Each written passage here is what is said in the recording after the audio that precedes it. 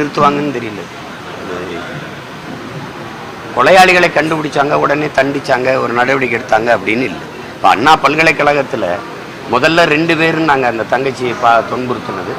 அப்புறம் ஒருத்தர் நாங்கள் யாரோ ஒருத்தருக்கு அனுசரிக்கணும், நீ எனக்கு மரியன்னு சொல்லி யார் அந்த சார்னு கூட பிரச்சனை ஓடிச்சு. இப்போ யார் அந்தது இல்லை, ஒரே ஒரு ஆள் தான். அப்படி ஒரு சாரே இல்லைன்றீங்க.